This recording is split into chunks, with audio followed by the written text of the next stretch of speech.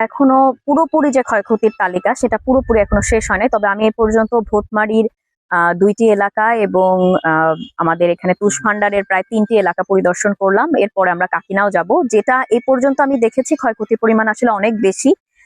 ঈদের একদিন আগে যে বৃষ্টিটা হয়েছিল তখন যে পরিমাণ ক্ষয়ক্ষতি হয়েছিল, আজকে আমাদের ধারণা তার দ্বিগুণের বেশি ক্ষয়ক্ষতি হয়েছে। শুধু ভোটমারিতেই যে আমি 3টা এলাকা দেখেছি, সেখানে আমার মনে হয়েছে শতাধিক ঘর একেবারেই ঝাঁঝরা হয়ে গেছে, যেগুলোর টিনের যে অবস্থা সেখানে আসলে থাকার মতো অবস্থা নেই। এছাড়া কিছু ভুট্টার ক্ষেতও আমরা দেখলাম, সেখানেও বেশ ক্ষয়ক্ষতি হয়েছে।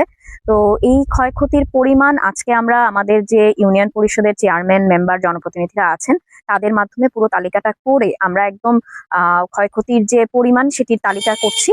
তালিকা করার পর তাদেরকে যথাসাধ্য সম্ভব আমরা কিছু সহায়তা করার চেষ্টা করব।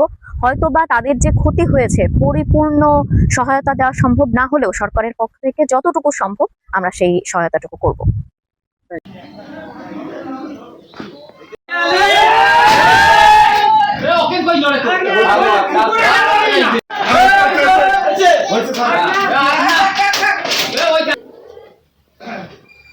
দুর্যোগ মন্ত্রীকে আমাদের জানা লাগবে।